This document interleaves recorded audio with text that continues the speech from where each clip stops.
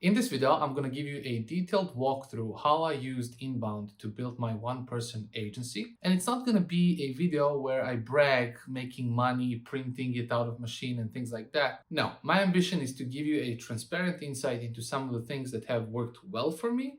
And I have evidence to show for it. And on the flip side, some of the things that I can do better so that you can skip the trial and error and kind of do it better than me. That's the whole point. If you're ever thinking about building an agency, I hope this video gives you tangible and actionable value. I had this idea of building an agency a couple of times in the past, but one of the main reasons why I didn't do it is because I felt I need to build a reputable track record if I'm going to have an agency that generates clients via inbound. And so for me, working in different marketing positions, both like operational and managerial, accumulating this experience, having some results. Maybe the most famous one and the one that people ask me most about is the one where with Lamless, especially since I was first employee to join the team and their former head of growth. But I even worked in an agency. It was my first job ever in marketing. I started as a copywriter. Like I've learned these things which made the transition to build my agency a little bit more straightforward. I'm not saying this to brag. I'm not the first nor the last that's going to pull such a thing off. And there are definitely bigger agencies than mine, that's for sure. But what I wanted to say is, like if you want to generate inbound leads, you got to have a track record in your space that, your ICP will see. And, he's the person that's done it before and he can potentially, or she can potentially help us, etc., etc. So this is why, I kind of was able to connect the dots with the track record experience. And so even when I get a client and we sign a contract, I am able to come in and, I already in this decade of experience, I made so many mistakes and did some good things. So I know, to skip things like skip trial and error and stuff like that. And so this is why I think founding my agency in year 10 was a smart idea on my behalf. And ultimately, nowadays, like I'm able to have some really cool clients. And these are two examples here, like K-Reach, when we started working together, they were at 15K MRR. Now they're doing 2 million in ARR after, a year. Like I think it was a year this month since we started working together. I also worked with a startup from Egypt called AI Hello, which, also had this issue of ramping up their inbound engine. And so we were able to 2x the growth rate, make inbound the main lead source, and kind of like hit profitability and help AI Hello move into the scaling phase. And so delivering outcomes for clients, it's also much more, it's not easy, definitely, but it's much more straightforward because you've accumulated already enough experience for you to read between the lines and kind of stay a few steps ahead, if this makes sense. And so the way I kind of structured this presentation is I'm going to speak a little bit about this agency swing model, having an inbound agency, how does it work, and some of the cool components behind it. Then we're going to take a look at my journey to six figures. I'm literally going to show you everything, how I get clients, how I get money, what did I did good, some of the mistakes that I made and you can avoid and things like that. And you're also going to see my way of setting up agency infrastructure, the tools I use, and how does it work really in real life. And so without further ado, first and foremost, this agency swing model, basically like what it does is you get experience and you gather evidence. And then you start sharing these things and building authority in your space. And finally, once you do that, this attracts leads and people into your LinkedIn DMs, into your email inbox, into whatever you're kind of sharing them, where you can start selling the implementation of these ideas. And implementation can be anything. For me nowadays, it's selling my consulting business. And so if you think about it, like let's say that I run a growth experiment that boosted conversion rate by 10%. And I've been doing this for a few years.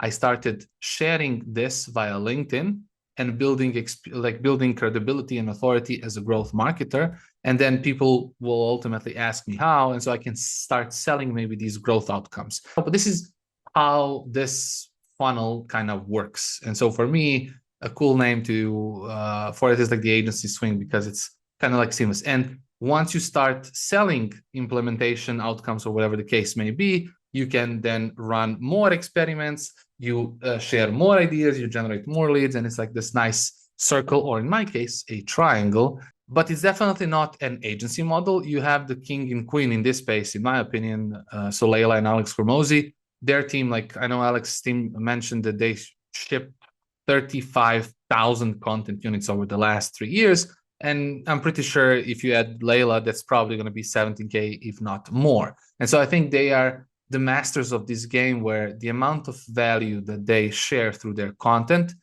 builds an enormous credibility for them and helps them, drive their acquisition.com business in a way. So it's definitely not an agency model. And ultimately, if you think about it and you kind of categorize this content, you have this top of the funnel effectively, which is content that grabs likes, more eyeballs, it's more potential to go viral, and helps you build a bigger audience.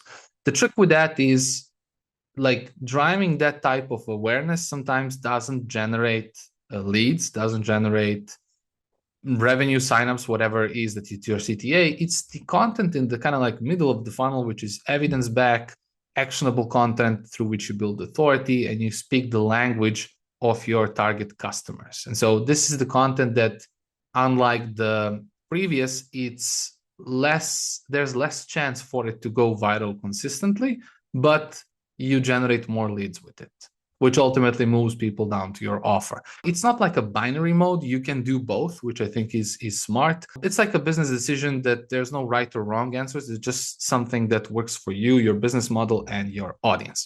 What are the ups and downs of an agency life after a year? And so for me, on the plus side, you get to work on different challenges with different people all the time. Unlike working for one company full time, you're able to look at different types of models, different types of audiences. You kind of learn exponentially, if this makes sense. And so for me, this is maybe the biggest plus of the agency life. Obviously, the ability to build your own business. It's easy to start. You don't need devs. You don't need nothing. Like, you can literally start an agency tomorrow. And no matter what they tell you, there are endless scaling opportunities. So as an agency, you can start building your own products. You might discover there's a certain pain point, there's a tool missing, and then you can build your tool. People then say it's not an agency. Sure, it's not an agency anymore, but it's a company that has consulting and has products. So endless scaling opportunities. And plus, the knowledge that you accumulate in terms of like pain points and everything will get you faster to building the product. So for me, that's number one thing. You can also diversify. You can have you'll see how I earn my money, but it's like, okay, I can do consulting, I can do mentorships, I can do speaking gigs, I can write books, you can do endless things with your personal brand. Nowadays, you can also start like charging higher retainers and then build your team, have more clients, focus on specific verticals. Like, there's endless opportunities with agencies, and there are pluses and minuses of any model out there. And so on the minus side for agencies, everything is a little bit slower than you think. Meaning, like, whenever I get a client and we start working together, you're not a full-time employee. So this in turn makes it a little bit trickier for you to find and read things between the lines. If I was a full-time employee, I would get this done very fast. And because I'm not, it takes a little bit of time.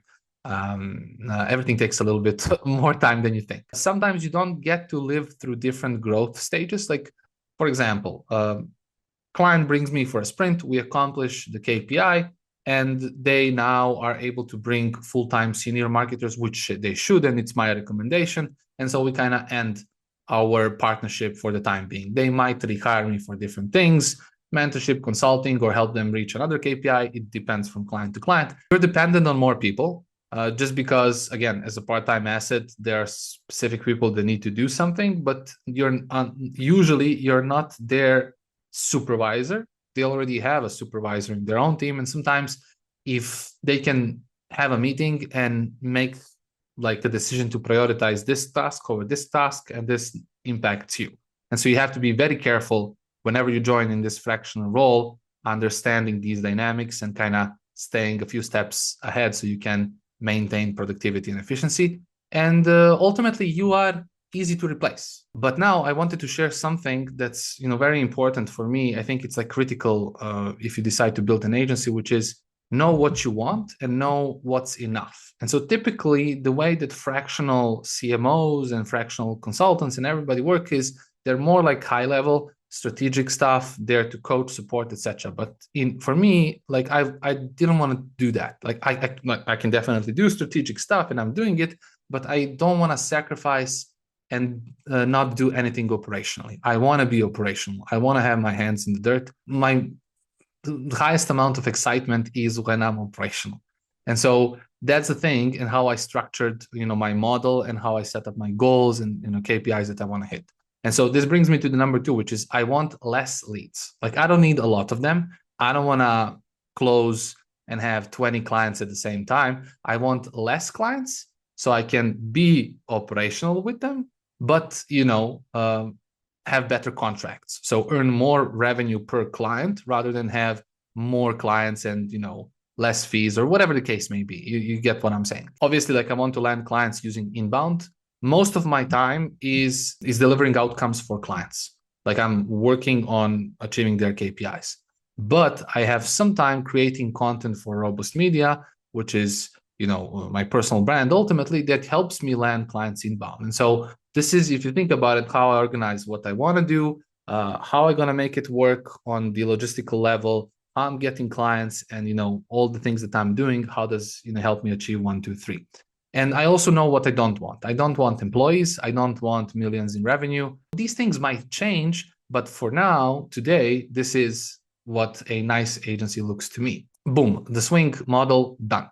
And so that's probably the most exciting part, is how did I get my revenue to 6 figures? And maybe the question number 1 here is, how did I get my first clients? And the simple answer is, I just shared my job update on LinkedIn, which then brings me back to, accumulating experience, what I said in the beginning, and building your network and relationships and everything.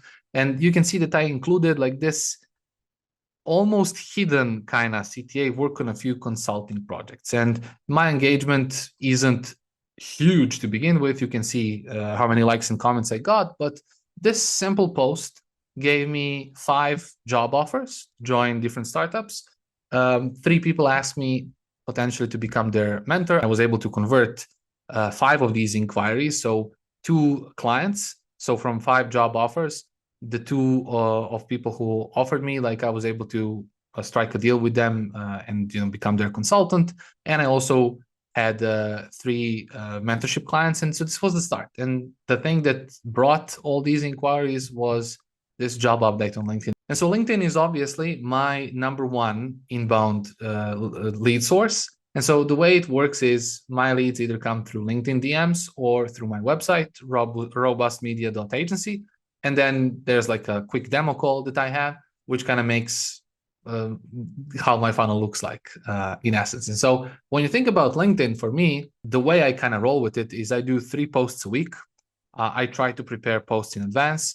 In terms of like the content strategy, I share evidence, like I showed you in the agency swing model, which the main goal is to give people value. And these posts also get me some leads. I have a couple of lead gen posts that generate inbound leads in particular, and I tell stories, that types of posts that don't really have like a target, like a KPI. They just help me build a cool network, generate engagement, and meet new people effectively that think similar to me. And so when it comes to share evidence, this is how my posts look like. And you can see 2 examples. One of them is on the left, which is a LinkedIn post version of this video. And on the other hand is one experience from back in the Lemless days. In terms of lead gen posts, this is how it looks like. Like you can see on the right, example from 3 months ago, and what I wanted to show here is you can see the type of engagement it got, but it got me a few leads. And then on the left, you can see an example, this like little experiment I'm running with my mentorship side of revenue. Mentorship in general is a small percentage of my revenue, and I wanted to tap into the new audience effectively with this experiment. And so I shared a post offering free mentorship sessions, and people applied.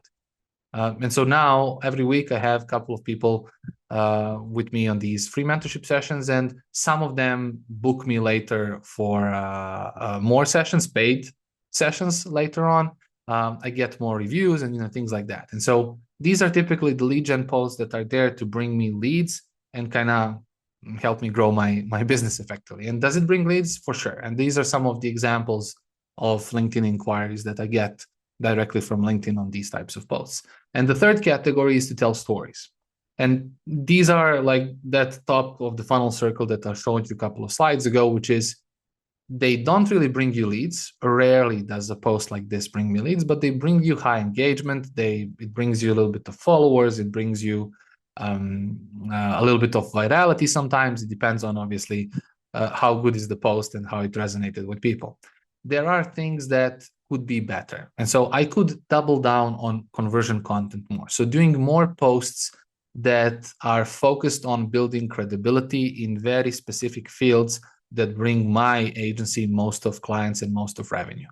The other thing that I can do is I could engage more on relevant posts. I also don't want to really post 5-7 times a week. I don't want to do that. I just don't. I don't want to post motivational content, and I don't want to recycle pep talks from other people. Like for me, sometimes I might have something motivational, but it's more like a hybrid type of a post. Like there's some tactics and a motivational punchline at the end, but I rarely do motivational content. I don't also want to follow algorithm-friendly tips. Like I don't want to have personal images. Again, it's not like I'm trying to be hateful. Like people should do whatever they think works, and if it works, double down on it. But I'm not finding enjoyment in taking a random pic, me on a beach or me sitting in the park, and then dropping some marketing knowledge. Like I just don't want to do that. When I said like, what can I do better? Some of the mistakes, like Dina, for me, who's a friend of mine and somebody I regularly give a shout out in my presentation, she did this post recently, which brings me back to this point, double down on conversion content. Like in general, I think I can do a better job with it. And I think it would help me build an even bigger LinkedIn profile and generate more leads from it. The whole logic of these posts is that you want to share evidence in the language of your target ICP, right? And so you show them what you did for a client, for example, and then you generate more clients with it. And then how you like create these posts and how you optimize them will ultimately resonate in you driving more attention and more leads.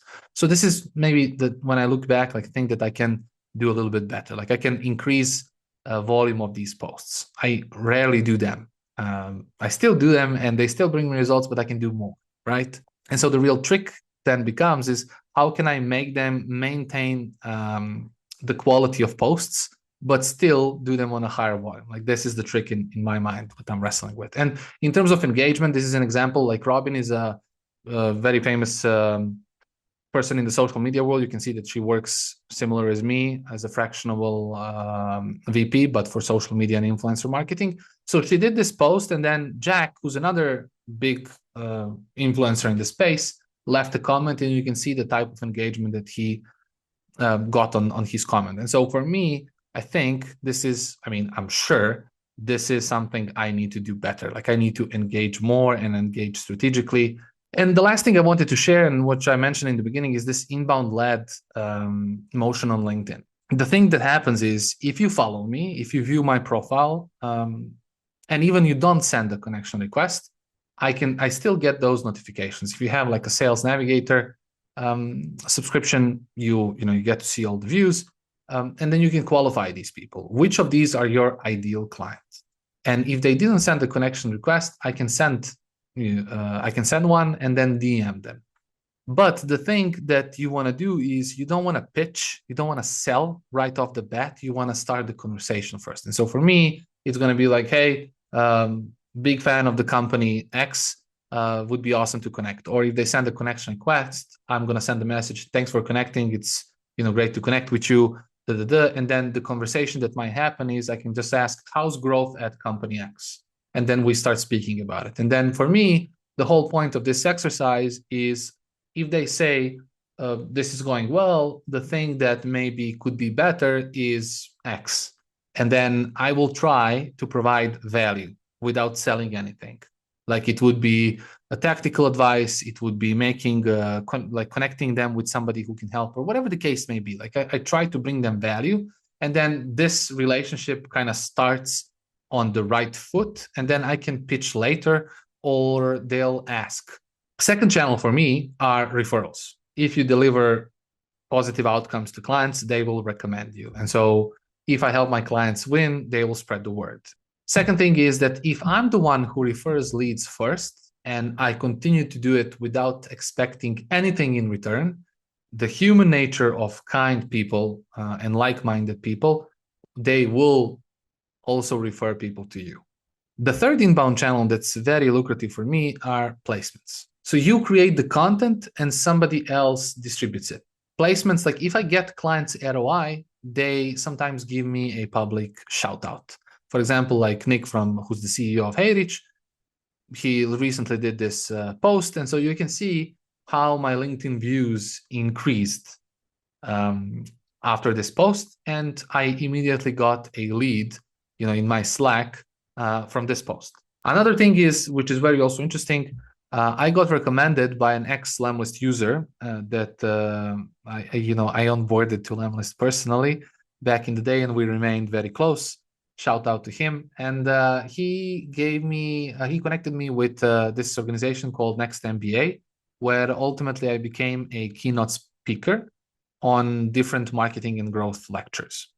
And so I have a couple of them in a year. And on the left, like these white reviews, you can see the amount of positive comments and messages that I get from people who watched my lectures. And then on the flip side, you can see this also helps me bring clients as well. Old placements also bring dividends over time. And so what I mean by old placement, this is a lead I got from an article that somebody did. Like they interviewed me while I was head of growth at Lemlist. And this was in year 2 or year 3 of my Lemlist career. So way, a couple of years ago. But somebody read it and decided to shoot me this email and ultimately became a client of mine. Sometimes I get mentions in my clients' content. And so this is an example of a HeyRich article where we showcase some of the templates for LinkedIn outreach, and some of these were my templates as well. And so you can see that I got a lead from their blog. Placements can be different. Like I got invited, for example, to a podcast couple of months ago, was it? And it was published now. It's in SDR Hire podcast from Stefan. Shout out to Stefan. This lead, you can't read it, but it's in my language, it's in Serbian. And so this is a person in marketing who wanted to hop on a networking call with me. There's a potential projects that this person and I can definitely do together. This person also connected me to a company which I have called Tomorrow that could potentially become a client of mine. And so this is how placements in general work. The more placements you do that have like strong distribution, the more attention and more leads you will generate. One of the things that I can do better with placements is that I can go more to podcasts. This kind of completes the third channel. And the last inbound stream, which is completely new, I started it recently, is YouTube. And YouTube for me is a place where I try to ship actionable, tactical, evidence-backed videos, like the video version of my LinkedIn. And you can see that I started recently. This is my 5th video, this one that I'm recording right now. But, after testing a little bit this channel, then I can take a look back and see, okay, this has worked really well. This I can do better, and then maybe bring a more editing firepower, somebody to help me grow this YouTube channel and cover the editing and optimization while I focus on the content and kind of scale this channel because it requires time, it's video and everything. And this is the percentages of leads that I get from each channel. And what's funny is that you can see that even with YouTube that I started just a while back, it started to get me some leads. Yes, it's 2%, but the more I do it, not only will I have more fun with it, but they also bring me more leads in general. In terms of revenue, most of my income comes from clients. So B2B SaaS companies mostly hire me and I execute marketing and growth sprints with them in part-time capacity. The second revenue stream is speaking gigs. So people hire me to speak at events, deliver keynotes. Next MBA is an example. And I also do custom training sessions for clients. Sometimes the company will have me to prepare a workshop on, let's say, user acquisition or user retention, give them some examples, etc. maybe have some one-on-one discussions with the team. And so we organize these custom training sessions for them. And so this is my second income stream. And then third is mentorship sessions. So one-on-one sessions with entrepreneurs and marketers on, whether growth of their company or growth of their career. And so this is how I earn money and where my revenue comes from, right? Now, if everything I said and shared in this presentation is something that you want to do as well, but you've hit the wall and you're not sure how to land first clients with inbound, how to scale your inbound channel, how to maybe diversify your monetization strategy, the ways you earn money, things like that, feel free to let me know. I can definitely help, and we can chat about different things, hopefully help you set your own shop, and then in the future record the video that I'm gonna watch and say, hey, you crushed it, bravo for you. And the last question is, sometimes people ask, is what tools I use to work with clients and deliver outcomes, etc., etc. What's funny is that I didn't have a website nor a professional email address for almost a year. I used my free Gmail, and LinkedIn was kind of my website. I just want to focus on bringing in clients, delivering outcomes for them, and growing my inbound channels. And then my friend made this like super funny joke in Serbian though, about my free Gmail and no website and everything. And so I decided, okay, maybe it's time to build one. And a former colleague of mine, Christina from a big interview, recommended Framer. I'm big on Webflow in general, but she recommended Framer for me, and I built it myself in just a few hours. So it wasn't that complex. Set everything that I need there. Got my professional email address, and it's done. So the whole point is why I'm telling this is there are things that you can do later. Like a typical example is like if you want to dominate content, you don't need a 6-month content plan. You just need to do post number 1, write it, publish it, and then post number 2. And then later you will just sharpen this strategy as you go, rather than trying to anticipate and working on too many things at the same time. And so for me, my website was built in month number 9 since I started, I think. And so, just keep that in mind. In terms of infrastructure, like if you talk about leads coming in and things like that, I have cal.com, which is my calendar. People, can access it via my website, or if I obviously send them like a link, Zapier then sends the leads directly into my Notion CRM. And in my Slack, all the stuff around this, like proposal files that I prepare, my booking flow, everything is done using these 4 tools. In terms of project management, everything I have for clients, unless stated otherwise, lives in Notion and Google Drive. So all the reports, spreadsheets, I use Google Drive, and everything else, it's Notion. I use Loom videos to deliver feedback, to walk potential clients through proposals, record how-to videos, whatever the case may be. Loom is for that. And I also have Phantom, which is records my meetings.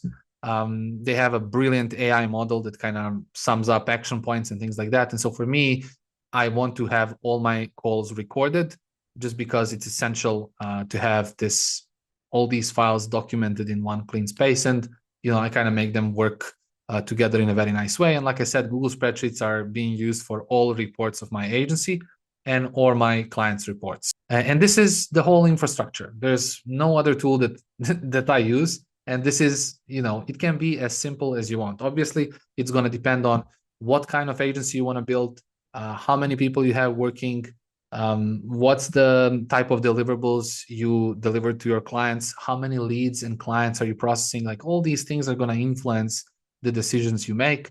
But for me and my 6-figure agency, this is the whole shebang.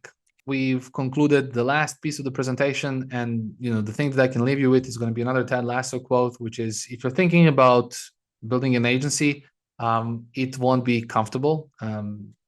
It wasn't for me. There are different ups and downs, obviously, but if it's comfortable, you're probably doing something wrong. And if you are in the agency space, or in general in the growth marketing and inbound space, and you maybe need a friendly advice or something about the things that we talked about in this video, just shoot me a message on LinkedIn DM, or hit me up at vuk@robustmedia.agency. and I'm happy to help. Hopefully this video was useful.